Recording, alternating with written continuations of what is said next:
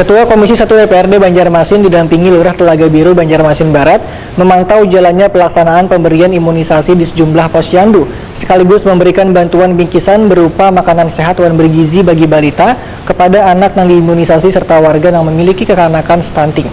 Berikut untuk kabar nang selengkapnya.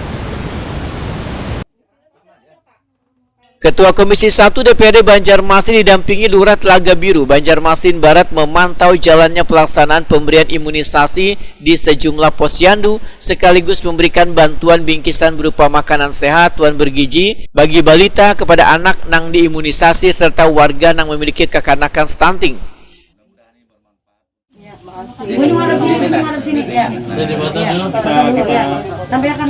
Pasang musir ya, bentar, tahan dulu ya. Pasang musir pegang bakul dia dulu.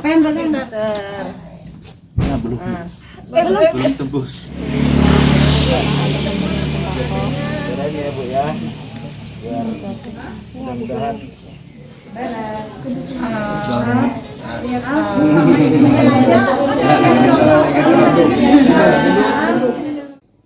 Ketua Komisi 1 DPD Banjarmasin Saud Nathan Samosir Takuni Prima TV Kamarian Selasa 15 Februari 2022 memedahkan bantuan berupa makanan gizi disalurkan kepada lebih dari 20 kekanakan yang mengalami stunting, sehingga diharapkan makanan bergizi tersebut dapat membantu kekanakan yang kurang gizi dalam menunjang makanan yang sehat. Politisi PDI Perjuangan ini pun menyatakan bila kasus stunting di Banjarmasin masih tinggi, posyandu pun diminta untuk lebih aktif memberikan imunisasi dan makanan bergizi supaya kasus stunting bisa turun di Banjarmasin.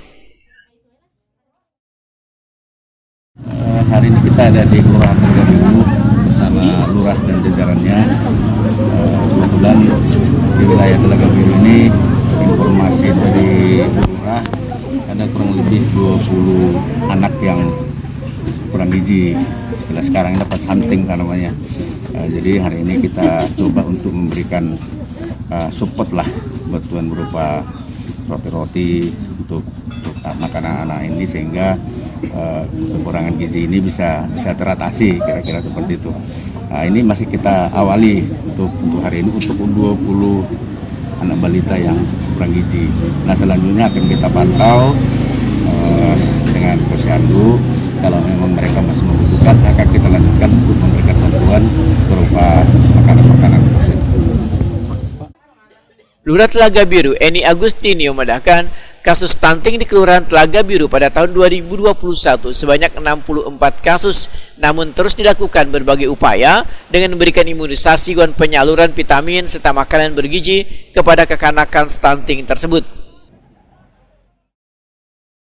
Di Kelurahan Telaga Biru, kalau untuk upaya penanganan, kalau untuk 2021 kami kan sudah selesai di 64 anak. Terus itu ada program juga dari Puskesmas memang untuk menurunkan stunting, angka stunting. Terus itu di program 2022 ini kami mungkin upaya pencegahan aja supaya tidak ada lonjakan lagi. Jadi anak-anak yang di posyandu yang diperiksa itu tetap kami pantau melalui kelurahan, PKK, dan kami ada kerjasama juga dengan beberapa yang ada di kelurahan gitu untuk pemberian makanan tambahan serta kami tetap memantau kebutuhan gizi mereka. Kalau di 2021 itu kami 60 anak lah yang ada di data stunting, cuman itu berfluktuasi macam-macam, ada yang pendek, ada yang gizinya terpenuhi, cuman mereka nggak bisa tinggi, ada kayak kelebihan gizi di protein, jadi mungkin di situ kami pantau terus lewat puskesmas juga. Sementara itu, Ana, seorang warga sangat berterima kasih dengan adanya penyaluran makanan bergizi bagi kekanakan yang mengalami stunting. Udah apa sehat. Ngaram dia Bu. Amin. Anak.